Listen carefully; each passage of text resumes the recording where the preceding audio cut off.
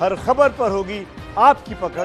Download कीजिए ABP live app. नमस्कार। Corona भगाओ, देश बढ़ाओ, बिजनेस बढ़ाओ। एबीपी न्यूज के ई शिखर सम्मेलन के साथ हाजिरों में रुमाना इसार खान। हमारे साथ मेहमान जुड़ने जा रहे हैं। उन पर बड़े 3 मंत्रालयों की जिम्मेदारी है। केंद्रीय पंचायती राज, ग्रामीण विकास, कृषि मंत्रालय की जिम्मेदारी संभाल रहे हैं नरेंद्र सिंह तोमर साहब। सर, बहुत बहुत स्वागत आपका एबीपी न्यूज में। नरेंद्र तोमर जी, मेरा पहला सवाल आपसे ये है सर, बहुत धन्यवाद, कि ग्रामीण भारत में वायरस के फैलने और फिर लॉकडाउन दोबारा से होने की जो संभावना है वो फिलहाल कम लग रही है, क्योंकि वहां पर इस तरीके का रहन सहन है, वहां दूरी बनाकर बाहर कामकाज संभव है, उसकी ज्यादा गुंजाइश है। तो कुल मिलाकर अब नजर जो है वो शहरी बाजार के मुकाबले ग्रामीण बाजार पर टिक रही आकर। तो इसके लिए क्या प्लान है आपका कि ग्रामीण अर्थव्यवस्था भारत की अर्थव्यवस्था का इंजन बनकर इस मुश्किल दौर से भारतीय अर्थव्यवस्था को आगे बढ़ाए? बहुत धन्यवाद रमन्ना जी। कोरोना वायरस का जो संकट है, मुझे लगता है कि अब धीरे धीरे हम लोगों को उससे बाहर निकलने की जरूरत है। और हम सब लोगों के लिए यह भी संतोष की बात है कि भारतवर्ष का जो ग्रामीण इलाका है वह वायरस से आंशिक रूप से ही प्रभावित है।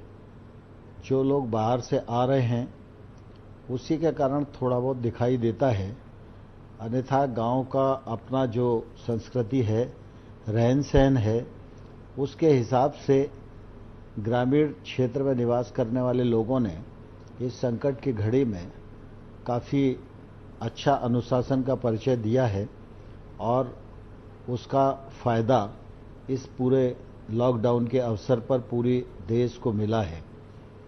मुझे कहते हुए भी संतोष भी है और गौरव भी है कि जब लॉकडाउन की स्थिति हमारे देश में बनी तो सब तरफ चिंता की लकीरें थीं, लेकिन ग्रामीण भारत एक तौर से पूरी चुस्तता के साथ अपने दायित्वों का निर्वहन कर रहा था। वह क्षेत्र में फसल कटाई के लिए खड़ी थी तो किसानों ने अनेक प्रतिकूलताओं के बावजूद भी सारी फसल को काटा। दलहन, तिलहन, गेहूं, धान, सब जगह फसल कटाई का काम लगभग पूर्ण हो गया है। और मुझे ये कहते हुए प्रसन्नता है कि जब लॉकडाउन घोषित हुआ तब भी प्रधानमंत्री जी की प्राथमिकता पर गांव, गरीब और किसान था। इसलिए गरीबों को खाद्यान्न मिले, गरीबों को पैसा मिले, यह भी प्रधानमंत्री जी ने पैकेज के माध्यम से सुनिश्चित किया। और फसल कटाई के लिए किसान, मजदूर और मशीन तीनों की आवाजाही को उन्होंने अनुमति प्रदान की। इसलिए ग्रामीण क्षेत्र में किसानों ने कटाई का काम पूरा किया और उसके बाद फसल को बेचने का मामला आता है। उस मामले में भी भारत सरकार ने अपनी दोनों एजेंसियां, एफसीआई को गेहूं और धान के लिए और नेफेड को दलहन और तिलहन के लिए तैनात किया। इन दोनों एजेंसियों ने नरेंद्र जी, पूरे देश में ये राज्यों कृषि के काम के लिए जो छूट मिलनी देश में शुरू हुई इस कोरोना काल में, जो लॉकडाउन लगाया गया था, वो 20 अप्रैल के बाद से इलाकों को चिन्हित करके, ये टाइमिंग आपको सही लगता है सर? ये सही समय था, सही समय पर सही निर्णय लिया? एक तौर से मैं ये कह सकता हूँ लॉकडाउन 2 में तो ग्रामीण भारत को काम करने की काफ़ी इजाज़त मिल गई थी और इसलिए अब ग्रामीण क्षेत्र में मनरेगा का काम भी प्रारंभ हो गया है। प्रधानमंत्री ग्रामीण सड़क का काम भी प्रारंभ हो गया है। प्रधानमंत्री आवास का काम भी प्रारंभ हो गया है। इससे रोजगार के अवसर भी सृजित हो रहे हैं। नरेंद्र जी, अर्थव्यवस्था को भी बल मिल रहा है और ग्रामीण अधोसंरचना भी निर्मित बहुत तेजी के साथ की जा रही है। ठीक है सर, आपने यहाँ पर मनरेगा का जिक्र किया। आज ही राहुल गांधी की तरफ से प्रेस कॉन्फ्रेंस की गई और उन्होंने ये कहा कि साहब, मनरेगा का दायरा जो है वो सरकार को बढ़ा देना चाहिए। अभी जो 100 दिन काम मिलता है उसको बढ़ाकर 200 दिन करना चाहिए। ये यूपीए के समय की गारंटीड रोजगार की योजना मनरेगा जो गांवों के लिए हमने शुरू की थी, इसका दायरा बढ़ाकर शहरों में भी सरकार को इसे लागू करना चाहिए। ये सुझाव कैसा लग रहा है आपको? राहुल गांधी का जो सुझाव है वो एकदम गैर जिम्मेदाराना है। राहुल गांधी जब सरकार में थे तब तक तो उनको मनरेगा की परिभाषा का ज्ञान नहीं था। नरेंद्र मोदी जी प्रधानमंत्री बने तब से मनरेगा को हम लोगों ने स्ट्रीमलाइन करने की कोशिश की, उसको पारदर्शी बनाने की कोशिश की। आज 99% मजदूरों का भुगतान डीबीटी के माध्यम से उनके खाते में हो रहा है। मैं आपके माध्यम से सारे लोगों को ये कहना चाहता हूँ कि मनरेगा में जो बजट रहता था, अगर आवश्यकता पड़ती थी तो उस बजट को हमेशा केंद्र सरकार सप्लीमेंट्री से पूर्ण करती थी। और इसलिए इस बार भी मनरेगा के अंतर्गत इस लॉकडाउन के अवसर पर हम लोगों ने 33,000 करोड़ रुपए की स्वीकृतियां राज्य को प्रदान कर दी हैं। 21,000 करोड़ रुपया राज्यों को भेजा जा चुका है। राज्य की सारी देनदारी चुकाई जा चुकी है और आज के दिन 2 करोड़ लोगों को मनरेगा के अंतर्गत जॉब ऑफर किया है, जो पिछले सालों में कभी इस महीने में इतना जॉब ऑफर करने की स्थिति नहीं आती थी। 14 अप्रैल को लगभग 14 लाख मैंडेज सृजित हुए थे और आज यह 9 करोड़ मैंडेज सृजित हो चुके हैं और मनरेगा बहुत ठीक से काम कर रहा है। और जब इस बात की आवश्यकता पड़ेगी कि मनरेगा में और पैसे की जरूरत है तो सरकार उसके लिए हमेशा तैयार रहती है। ठीक है, फिलहाल आपको राहुल गांधी का जो सुझाव है कि मनरेगा में 100 दिन की बजाय बढ़ाकर 200 दिन कर दिया जाए, वो गैर जिम्मेदाराना सुझाव लग रहा है। ठीक है, अब मैं आपसे ये समझना चाहती हूँ सर कि जिस तरीके की हम एक ललक शहरी मजदूरों में देख रहे हैं वापस अपने गांव पहुंचने की, ऐसे में ये मजदूर जब गांव पहुंच रहे हैं तो क्या ग्रामीण अर्थव्यवस्था पर इनके लौटने से बोझ बढ़ेगा? आपका आंकलन क्या कहता है? हाँ, स्वाभाविक रूप से जो मजदूर बाहर काम करते थे, अगर वो लौटकर घर आएंगे तो निश्चित रूप से उनको वहाँ रोजगार की आवश्यकता होगी। वो अपनी खेती में काम करेंगे और जो मनरेगा है उसके माध्यम से भी उनको रोजगार की उपलब्धता होगी। वो स्किल डेवलपमेंट के माध्यम से भी हमारी DDU GKY के अंतर्गत आ सकते हैं। जो हमारी बहनें हैं वो सेल्फ हेल्प ग्रुप के साथ काम कर सकती हैं। भारत सरकार उनको काम मिले, इसके लिए भारत सरकार की पूरी प्रतिबद्धता है और निश्चित रूप से इस प्रतिबद्धता के अनुरूप ग्रामीण भारत में रोजगार उपलब्ध कराने की दृष्टि से भारत सरकार और हमारा मंत्रालय काफ़ी जीवंत अवस्था में काम कर रहा है। नहीं सर, सवाल तो इसी वजह से है ना कि ये तो मजदूर थे, इन्हें अपने यहाँ रोजगार नहीं था, पैसा कमाने के लिए दूर दराज के इलाकों में शहरों में पहुंचते हैं, लेकिन अब ये क्योंकि वापस गांव में आ रहे हैं, ऐसे में मनरेगा की स्कीम तो पहले से ही जितने लोग गांव में मौजूद थे उनको रोजगार देने के लिए थी। तो ये जो अतिरिक्त बोझ अब बढ़ेगा, बजट तो उतना ही है मनरेगा का और यहाँ पर हाथ जो है जिनको काम चाहिए वो बढ़ जाएंगे, तो फिर यहाँ संतुलन कैसे बनाएगी सरकार? क्या करेंगे आप? देखिए, दरअसल क्या है, मनरेगा वैकल्पिक रोजगार का साधन है। मनरेगा मूल रोजगार नहीं है। मनरेगा का एक्ट भी यही कहता है कि जब काम न मिले तो वैकल्पिक रोजगार की दृष्टि से इसका इस्तेमाल किया जाए।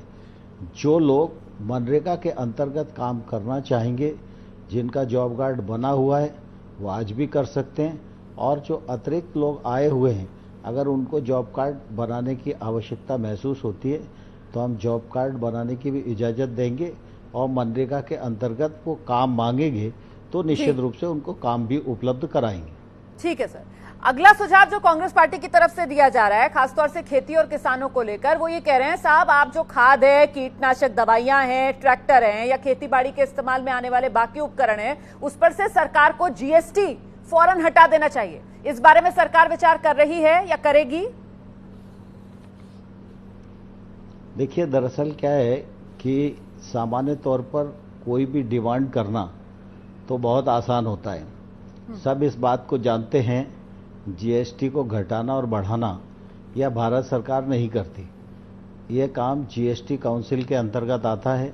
उसमें सभी राज्यों के मुख्यमंत्री हैं और वो सभी राज्यों के मुख्यमंत्री सभी राजनीतिक दलों के भी हैं। इसलिए जीएसटी काउंसिल की बैठक होगी तो निश्चित रूप से जब जब कृषि की आवश्यकता होती है तो हम लोग उस आवश्यकता से काउंसिल को अवगत कराते रहते हैं और काउंसिल जो निर्णय करती है हम उसका पालन करते हैं। जब आवश्यकता रहेगी तो सुझाव भी देंगे। और वैसे भी अगर आप देखेंगे तो पिछले दिनों पीएम किसान सम्मान निधि योजना के अंतर्गत पिछले साल ये योजना प्रारंभ हुई थी और इस योजना के अंतर्गत अभी तक 71,000 करोड़ रुपया किसानों की जेब में भेजा जा चुका है। और लॉकडाउन के इस पीरियड के अंदर ही हम लोगों ने 18,000 करोड़ रुपया किसानों को उनके खाते में डालने का काम किया है।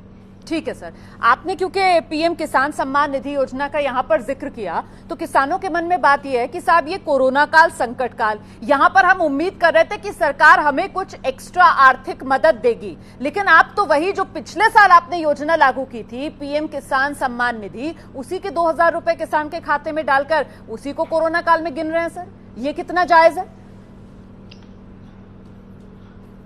जब लॉकडाउन घोषित हुआ था उस दिन प्रधानमंत्री जी ने 1,70,000 करोड़ का पैकेज दिया था। इस पैकेज में गांव, गरीब, किसान सभी शामिल हैं। और आप सबने देखा लॉकडाउन की इस स्थिति में किसी भी गांव में, किसी भी घर में न तो खाद्यान्न की कमी आने दी, न सब्जी भाजी की कमी आने दी, न दाल की कमी आने दी। और नकदी के लिए भी जो योजना है उन्हीं के माध्यम से पैसा दिया जा सकता है, वह भी देने का काम बखूबी ट्रांसपेरेंट तरीके से मोदी सरकार ने दिया है। नहीं सर, मेरा सवाल यह था कि भाई प्रधानमंत्री किसान सम्मान निधि योजना को गिनाते हैं आप, वो तो पिछले साल ही बजट में अनाउंस किया गया था ना।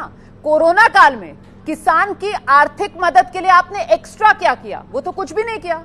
आप 2,000 रुपए की किश्त गिनाते हैं, वो तो पिछले साल के बजट में ही अनाउंस कर दी गई थी। तब सरकार को लगा था कि किसान की आर्थिक मदद करनी चाहिए। क्या कोरोना काल में कुछ एक्स्ट्रा आर्थिक मदद राशि सीधे किसान के खाते में और पहुंचाई जाएगी, ऐसे कोई प्लान कर रहे हैं आप लोग?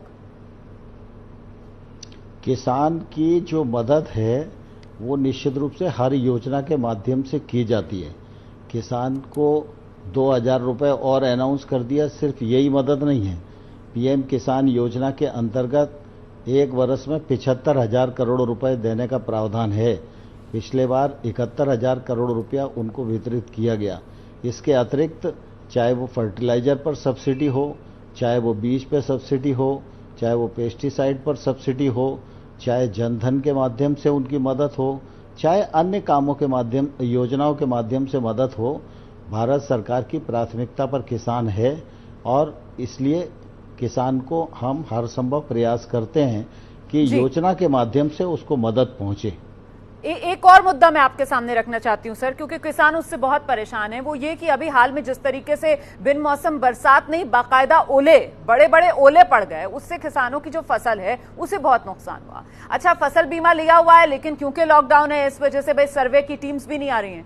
अगर वक्त पर लाभ नहीं मिलेगा, वक्त पर बीमा का पैसा नहीं मिलेगा, फिर तो कोई फायदा नहीं है। तो इसमें कुछ मदद आप कर सकेंगे किसानों की? मैं आपके माध्यम से किसानों को भी बताना चाहता हूं कि प्रधानमंत्री फसल बीमा योजना में विगत 2 वर्षों में किसानों का प्रीमियम 9,000 करोड़ रुपया आया था और किसानों के नुकसान की भरपाई कंपनियों के द्वारा की गई वह आंकड़ा 50,000 करोड़ का है। लॉकडाउन के भी इस अवसर पर हम लोगों ने 5,500 करोड़ रुपया प्रधानमंत्री फसल बीमा के अंतर्गत जिन जिन किसानों के केस निबट गए उनके अकाउंट में भेज दिया है और जो केस पेंडिंग है उन पर काम चल रहा है। जो पीएम किसान आपका फसल बीमा योजना के अंतर्गत आते हैं, हर किसान के नुकसान की भरपाई जो राज्य से आएगी उसके अनुसार की जाएगी। ठीक है सर, चलते चलते मुझे लगता है कि मैं आपसे एक और सवाल पूछना चाहूंगी, और वो ये कि ये कोरोना काल संकट काल है। इस कोरोना काल संकट काल में किसान, कृषि, ग्रामीण अर्थव्यवस्था के लिए एक जो सबसे बड़ी चुनौती आपको लगती है कि ये है हमारे सामने, और दूसरा इस कोरोना काल संकट काल में जो सबसे बड़ा मौका आपको नजर आ रहा हो, जो आप शेयर करना चाहें हमारे दर्शकों के साथ? कोरोना काल में मैं एक तो किसानों को बहुत हृदय से धन्यवाद देना चाहता हूं कि बाकी जितने सेक्टर हैं उन सेक्टरों की क्षमताएं बहुत हैं, उनके पास साधन भी बहुत हैं, लेकिन वो सब सेक्टर हिल गए, लेकिन किसान ने अपनी खेती को हिलने नहीं दिया, नुकसान में जाने नहीं दिया। प्रतिकूल अवस्था में भी वो कोरोना से योद्धा बनकर लड़ा है। और मैं समझता हूं गांव, गरीब और किसान इस देश की सबसे बड़ी ताकत है और ये तीनों ताकतें बहुत ताकत से कोरोना से लड़ रही हैं। और मुझे पूरा विश्वास है गांव, गरीब, किसान जितना सशक्त होगा उतनी ही हिंदुस्तान की ताकत बढ़ेगी और यह ताकत आने वाले कल में हिंदुस्तान को आगे बढ़ाने में कामयाब होगी। मैं आपके माध्यम से सभी किसान भाइयों और बहनों को अनुरोध करना चाहता हूं कि वो आने वाले कल में खरीफ की फसल की ओर ध्यान केंद्रित करें। फसल अच्छी आएगी, इसलिए जो भी उनको आवश्यकता केंद्र सरकार से, राज्य सरकार से है, उस आवश्यकता की पूर्ति हम लोग कराने के लिए पूरी तरह प्रतिबद्ध हैं। और गांव में जो मजदूर भाई लौटे हैं, मैं उनसे भी आग्रह करना चाहूँगा कि मई जून के महीने में भारत सरकार ने कहा है कि जल बचाओ कार्यक्रम के अंतर्गत मनरेगा के काम में प्राथमिकता दी जानी चाहिए। पैसे की पर्याप्त व्यवस्था है, वो लोग जॉब कार्ड अगर नहीं है तो बनवा सकते हैं और है तो जॉब मांग सकते हैं। उनको मनरेगा के अंतर्गत काम करने की पूरी प्राथमिकता दी जाएगी। सर आपने ये तमाम कदम गिना दिए हैं यहाँ पर, लेकिन एक सवाल बस चलते चलते मेरे मन में आया, वो ये कि ये बेरोजगारी का माहौल, इस तरीके का कोरोना काल, संकट काल का माहौल, ऐसे में मुझे इस बात का डर है, मुझे नहीं पता आप बेहतर तरीके से जवाब दे पाएंगे, कि कहीं अन्नदाता का जो मनोबल है उस पर तो इसका नकारात्मक असर नहीं पड़ेगा? उस ओर ध्यान दे रही है सरकार? नहीं, दोबारा जरा बोले, आपकी आवाज में थोड़ा डिस्टर्बेंस शुरू से ही है बहन जी। सर, अन्नदाता के मनोबल पर कहीं नकारात्मक असर ना पड़े, इसके लिए क्या ख्याल रख रही है सरकार? नहीं, मैं समझता हूं कि भारत का एक वर्ग हमेशा अन्नदाता पर संदेह करता है। अन्नदाता का मनोबल बहुत ऊंचा है, अन्नदाता की ताकत बहुत ऊंची है। शायद भारत उसको कम करके आंकता है, यही भारत की गलती है। इसलिए किसी को कोई चिंतित होने की आवश्यकता नहीं है। अन्नदाता न खुद तकलीफ में आएगा, न देश को तकलीफ में आने देगा। बहुत बहुत धन्यवाद सर। इसी सकारात्मक नोट के साथ मुझे लगता है यहीं पर हम इस बातचीत पर विराम लगाते हैं। हर बार की तरह नरेंद्र तोमर जी ने बड़ी बेबाकी से, बड़े विस्तार से हर सवाल का जवाब दिया।